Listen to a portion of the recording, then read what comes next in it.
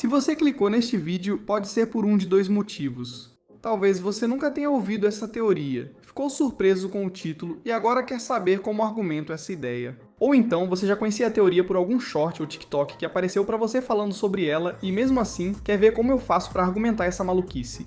Sim, acontece que a teoria original é bem antiga e circulou pela internet quando saiu o primeiro filme, já faz uma década. Algumas pessoas perceberam que depois da tempestade. No início do filme, o mundo de Moana passa de ser bastante realista para ser um mundo de semideuses e criaturas mitológicas, com Moana atravessando um mundo mágico de monstros que vivem no fundo do mar. E encontrando e conversando com sua avó e seus antepassados que já morreram há bastante tempo, o que soa muito como se ela já não estivesse muito viva, por assim dizer.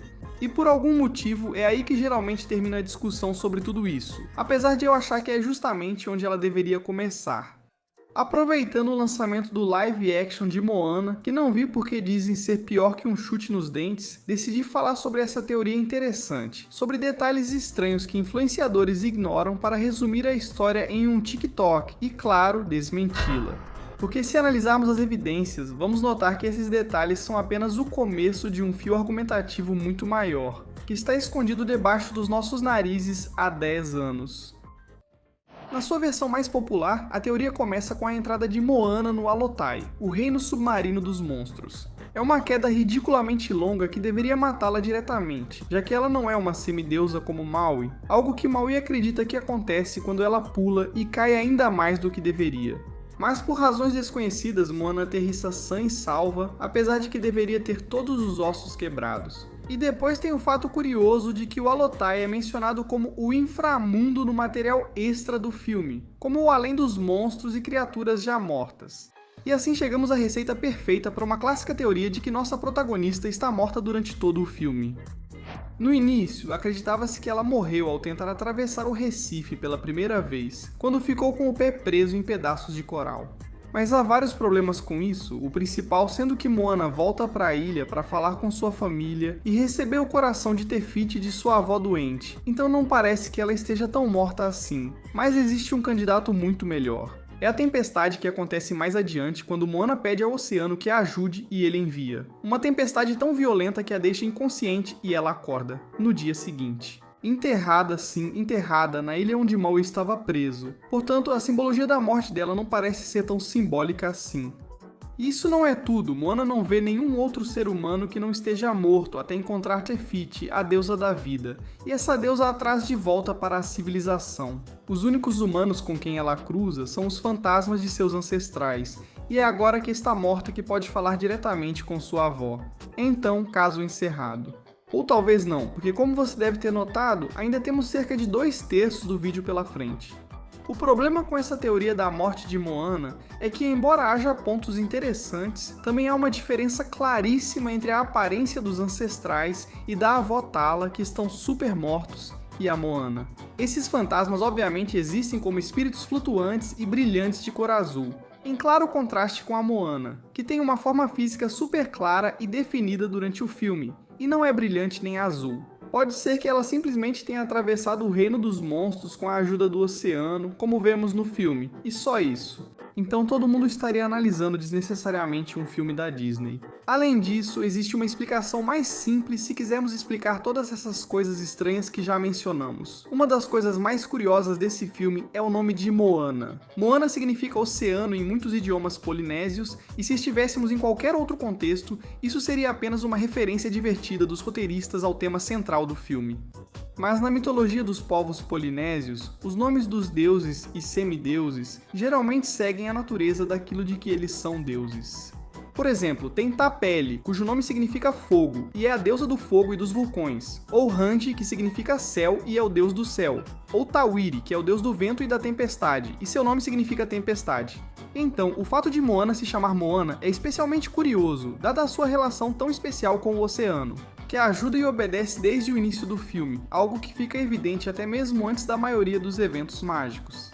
Pelo simples fato de que ela consegue atravessar o Recife, que tem ondas tão mortais que mataram um amigo de seu pai décadas atrás. Tudo isso foi originalmente notado por Matt Pat do Film Theory, e ele afirma que as evidências indicam que Moana é uma semideusa, algo supostamente demonstrado no final do filme, quando Moana controla o oceano diretamente em sua confrontação com Titiku.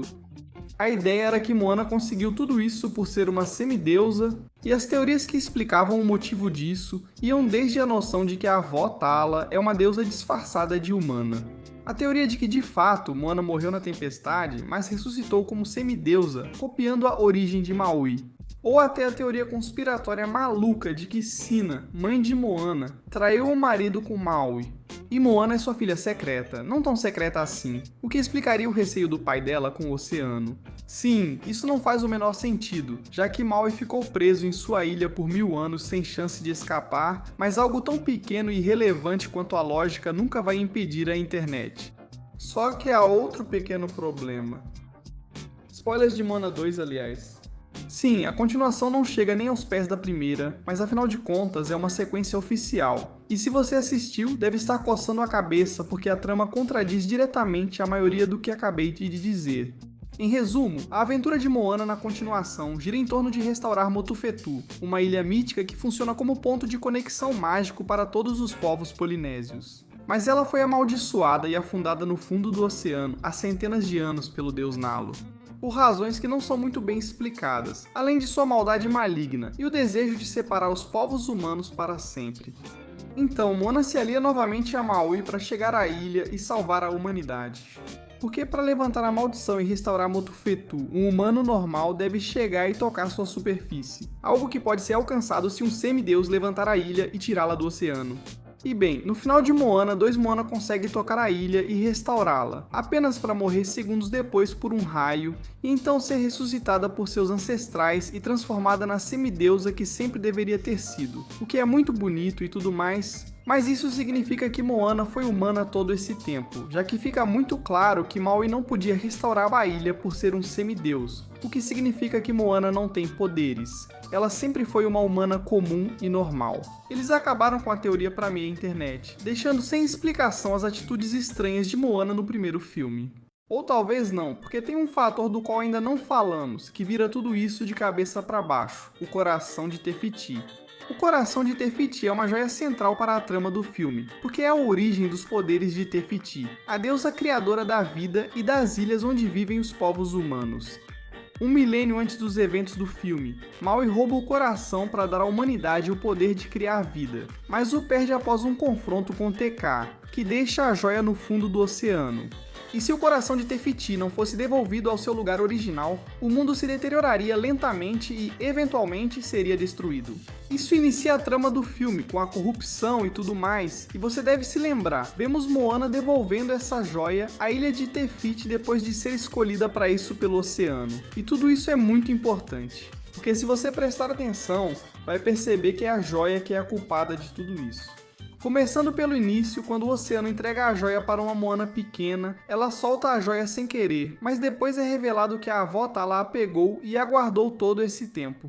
E numa coincidência ridícula, a avó Tala morre uns 5 minutos depois de entregar a joia para Moana. Na verdade, Moana carrega a joia durante toda a sua aventura, mas justamente quando ela desiste e decide que não quer mais essa missão, jogando a joia no oceano, de repente aparece sua avó morta e todos os seus ancestrais, que também já morreram. E não é só que eles vêm animá-la ou dizer oi, mas se você olhar o que os ancestrais dela estão fazendo, parece que estão convidando ela para ir com eles para o além, e finalmente aceitar a realidade.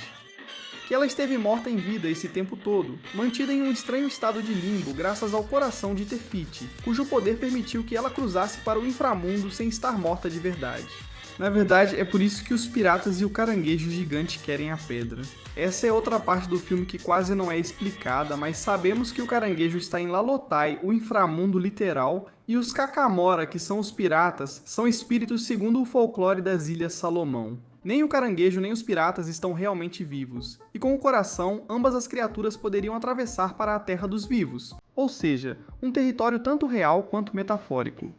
E se isso não for suficiente para você, se voltarmos para Moana 2 durante a cerimônia no início do filme, em que Moana está sendo nomeada Tautai, ela é atingida por um raio que a leva à beira da vida e da morte, onde ela se comunica com um de seus ancestrais. Depois Moana retorna e precisa continuar sua aventura com as informações dadas por esse espírito.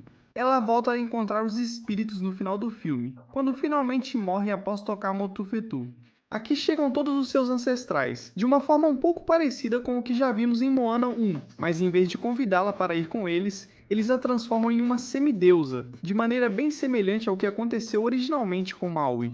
O que significa que o que vimos no primeiro filme foi realmente a morte de Moana. Mas os poderes do coração de Te Fiti a mantiveram viva e invulnerável até que ela decidiu lançar a joia no oceano, momento em que seus ancestrais aparecem sem nenhuma explicação.